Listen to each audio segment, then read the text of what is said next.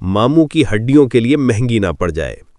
دکان پر پہنچ کر گاما نے ایک میلا سا تولیہ کرسی پر پھیرا اور مرزا کو بٹھاتے ہوئے بلند آواز میں پکارا، اوئے چھوٹے، مرزا صاحب کے لیے خاص نلی والی نہاری لا، اور روٹی ایسی ہو کہ خوشبو سے دماغ روشن ہو جائے۔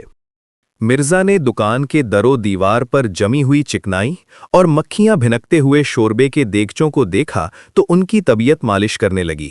انہوں نے گاما کو مخاطب کیا، اے فخر پہلوانی، تیری یہ فیاضی سر آنکھوں پر، مگر کیا تجھے ادراک ہے کہ ایک مفکر کا معدہ ان کثیف اور ثقیل روغنوں کا متحمل نہیں ہو سکتا؟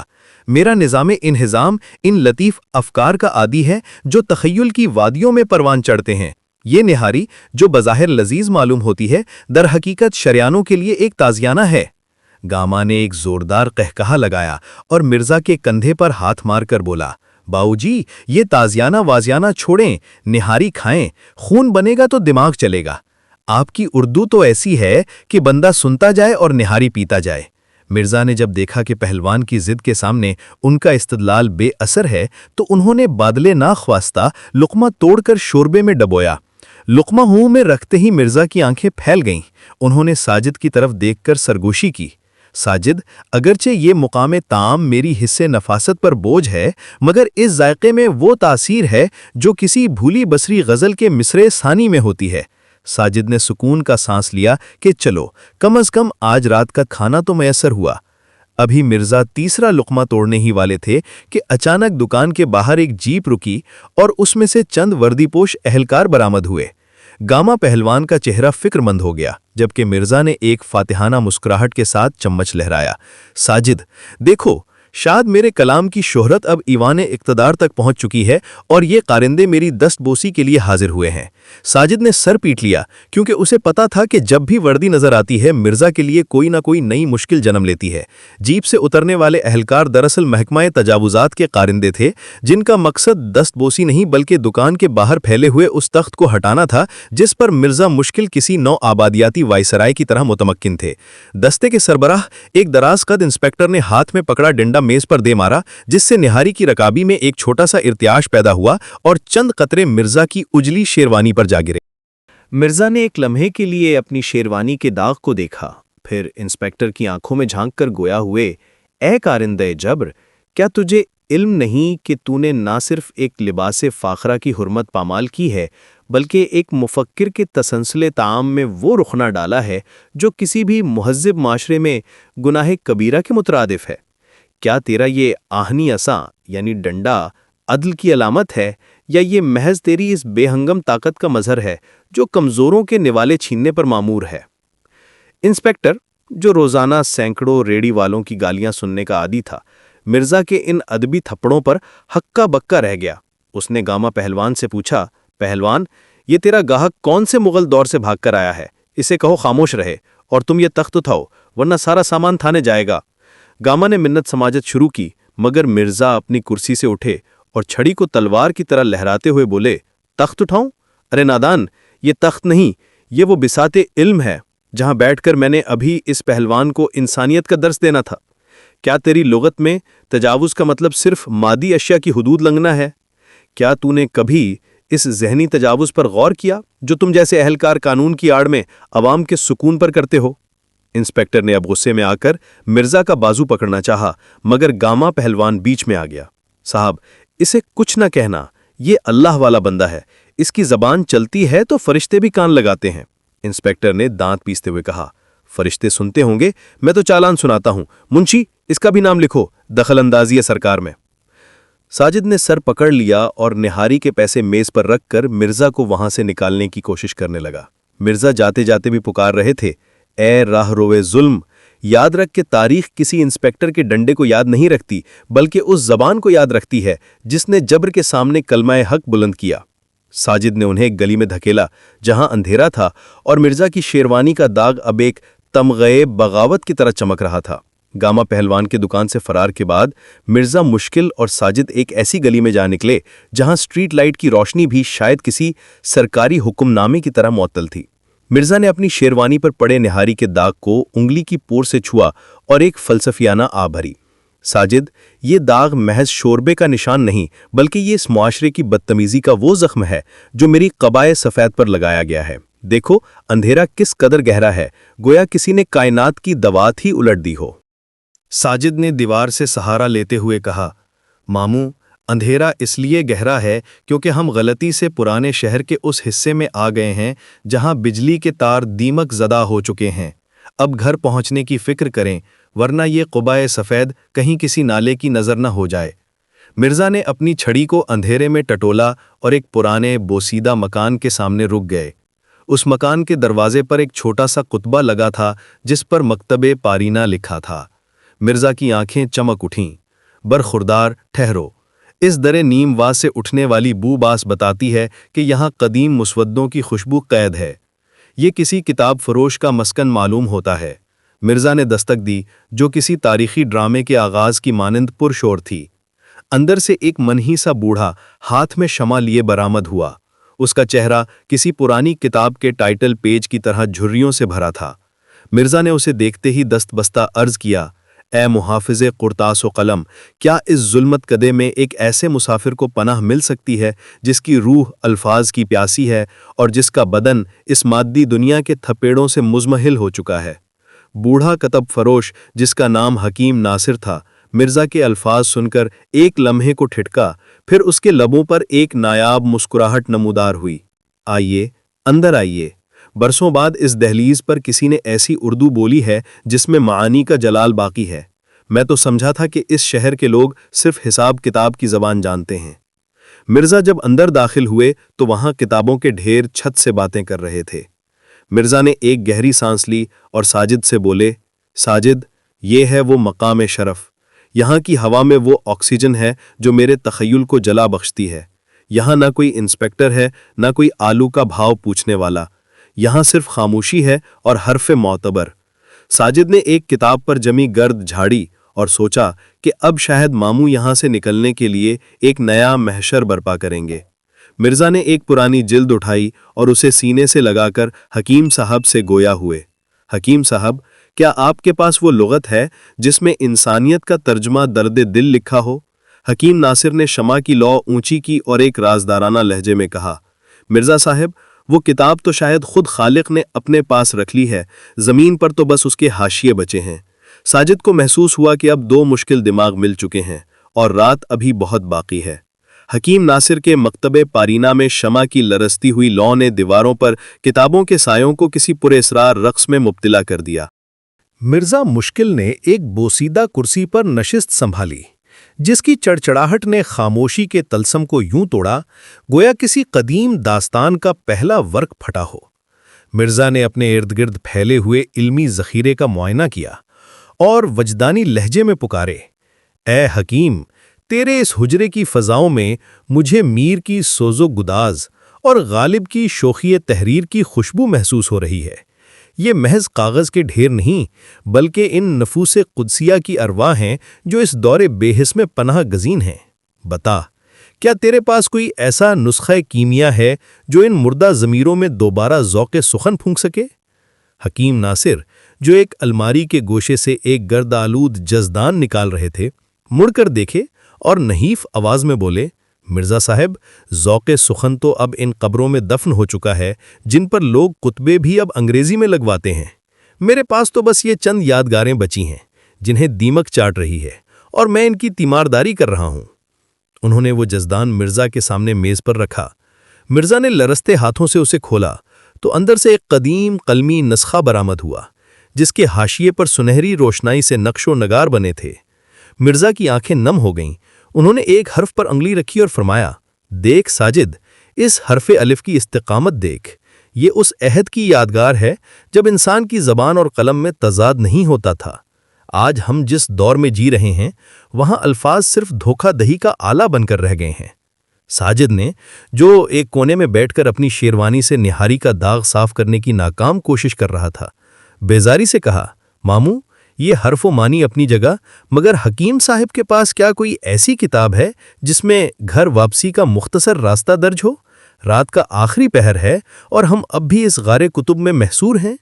مرزا نے ساجد کو ایک غضبناک نگاہ سے دیکھا، افسوس تیری پست فطرتی پر، تو اس وقت بھی مادی مسافتوں کا اسیر ہے جب تیرے سامنے معرفت کے ابواب کھل رہے ہیں۔ حکیم ناصر نے مداخلت کی، مرزا صاحب، ساجد میاں ٹھیک کہتے ہیں، اس شہر کی سڑکیں رات کو وحشی ہو جاتی ہیں۔ آپ یہاں قیام کیجئے، صبح 9 کے ساتھ ہم کسی نئے سفر پر نکلیں گے۔ مرزا نے حکیم صاحب کا ہاتھ تھام لیا اور جذباتی ہو کر کہا، حکیم، تو نے اس غریب الدیار کو وہ چھت عطا کی ہے جو کسی سلطنت کے ایوان سے زیادہ معتبر ہے۔ آج کی رات ہم ان کتابوں کے ہمراہ وہ گفتگو کریں گے جو فرشتوں نے بھی شاید ہی سنی ہو۔ ساجد نے ایک لمبی آہ بھری اور ایک موٹی سی کتاب کو تکیہ بنا کر فرش پر لیٹ گیا، یہ جانتے ہوئے کہ اب صبح تک اسے ماموں کی لسانی بمباری کا سامنا خوابوں میں بھی کرنا پڑے گا۔ شب بھر مرزا مشکل اور حکیم ناصر کے مابین وہ مکالمہ رہا کہ اگر دیواروں کے کان ہوتے تو وہ بھی فصاحت کے بوجھ سے گر جاتی۔ ساجد کی آنکھ تب کھلی جب صبح کی پہلی کرن نے قطبخانے کے روشندان سے جھانک کر گرد کے ذرات کو رقص کرنے پر مجبور کر دیا تھا۔ مرزا صاحب اب بھی ایک قدیم نسخے پر جھکے ہوئے تھے، مگر ان کی آنکھوں کے گرد حلقے ان کی شب بیداری کی گواہی دے رہے تھے۔ حکیم ناصر نے شمع بجھائی اور کہا، مرزا صاحب، سورج طلوع ہو چکا ہے، اب اس علمی اعتکاف کو ختم کرنا ہوگا، ورنہ دنیا سمجھے گی کہ ہم ماضی کے قبرستان میں دفن ہو گئے ہیں۔ مرزا نے کتاب بند کی اور ایک گہرا سانس لے کر اٹھے۔ حکیم صاحب، آپ کی اس میزبانی نے میری روح کو وہ جلا بخشی ہے کہ اب مجھے بازار کے شور سے وحشت نہیں ہوتی۔ میں نے اس رات میں وہ پایا ہے جو کئی دہائیوں کی تگ و دو میں نہیں ملا تھا، لیکن افسوس کہ اب مجھے پھر سے اسی لغت لاچار کی دنیا میں لوٹنا ہے جہاں الفاظ کے معنی ہر چوراہے پر بدل جاتے ہیں۔ ساجد نے جلدی سے اپنی پگڑی درست کی اور بولا، ماموں جلدی چلیں، بیگم بلقیس اب تک محلے بھر میں آپ کی گمشدگی کا اشتہار چھپوا چکی ہوں گی۔ مرزا نے حکیم صاحب سے مصافحہ کیا اور اپنی چھڑی سنبھال کر باہر گلی میں قدم رکھا۔ صبح کی تازہ ہوا نے ان کے چہرے کو چھوا، مگر مرزا کا دل اب بھی ان پرانے صفحات میں اٹکا ہوا تھا۔ گلی کے موڑ پر پہنچ کر انہوں نے مڑ کر دیکھا، جہاں حکیم ناصر اب بھی دروازے پر کھڑے انہیں الوداع کہہ رہے تھے۔ مرزا نے ساجد کا کندھا تھپ تھپایا اور دھیمے لہجے میں فرمایا، ساجد، کیا تو نے غور کیا؟ اس مکتبے کی دہلیز پار کرتے ہی زبان کی وہ لطافت پھر سے دم توڑ رہی ہے۔ دیکھو، سامنے وہ اخباری نمائندہ کس قدر بھدی زبان میں ہنگامہ کر رہا ہے۔ کیا ہم کبھی اس لسانی قحط سے نجات پا سکیں گے؟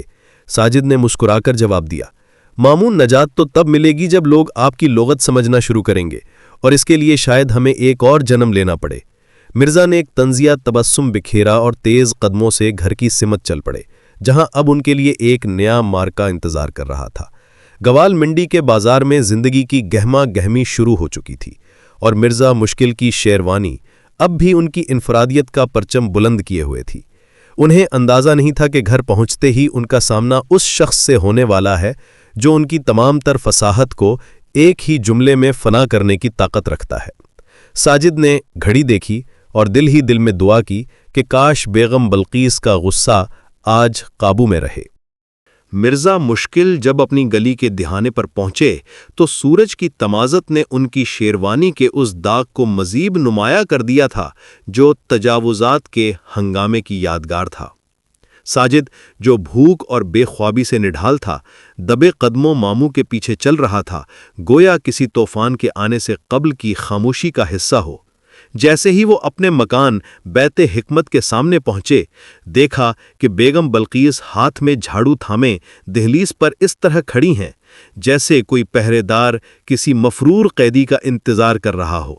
مرزا نے قدم روکے، اپنی ترکی ٹوپی کو ایک شاہانہ زاویہ دیا اور گلا صاف کر کے گویا ہوئے، اے ہمسایہ عالی صفات، تیری اس دیدہ و زیب موجودگی نے اس صبح و نو کو مزید درخشاں کر دیا ہے۔ آگاہ رہو کہ ہم کسی لہو و لعب میں مصروف نہ تھے، بلکہ شب بھر علم و حکمت کے ان موتیوں کو تلاش کرتے رہے جو وقت کی گرد میں گم ہو چکے تھے۔ کیا تمہارے اس قصر دل میں ہمارے لیے تھوڑی سی گنجائش باقی ہے، یا ہم اب بھی مغضوب غضب ٹھہریں گے؟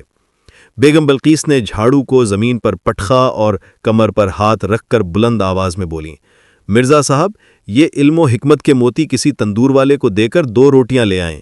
رات بھر ساجد کی ماں رو رو کر ہلاک ہو گئی، اور آپ ہیں کہ ابھی تک دیدہ و زیب اور درخشاں کے قصیدے پڑھ رہے ہیں۔ سیدھے اندر جائیں اور خاموشی سے وہ ٹھنڈا دلیا کھائیں جو میں نے آپ کے مغضوب غضب پیٹ کے لیے بنایا ہے۔ مرزا نے ساجد کی طرف دیکھا اور ایک گہری فلسفیانہ آہ بھری۔ دیکھا ساجد، یہ ہے وہ مادی دیوار جس سے ٹکرا کر بڑے بڑے مفکرین کے تخیل پاش پاش ہو جاتے ہیں۔ جہاں دلیا حرف آخر ٹھہرے وہاں لغت کی بساط لپیٹ دینا ہی قرین مصلحت ہے۔ مرزا نے اپنے گھر کے بوسیدہ دروازے میں قدم رکھا، مگر ان کے لبوں پر ایک فاتحانہ مسکراہٹ تھی۔ انہیں ادراک تھا کہ چاہے دنیا انہیں مشکل کہے یا لاچار، ان کی زبان اس بنجر معاشرے میں اردو کی وہ آخری شمع ہے جو بجھنے سے انکار کر چکی ہے۔ انہوں نے کرسی پر بیٹھتے ہی اپنا قلم اٹھایا اور کاغذ پر لکھا، لغت لاچار کا سفر ختم نہیں ہوا، یہ تو محض ایک وقفہ ہے۔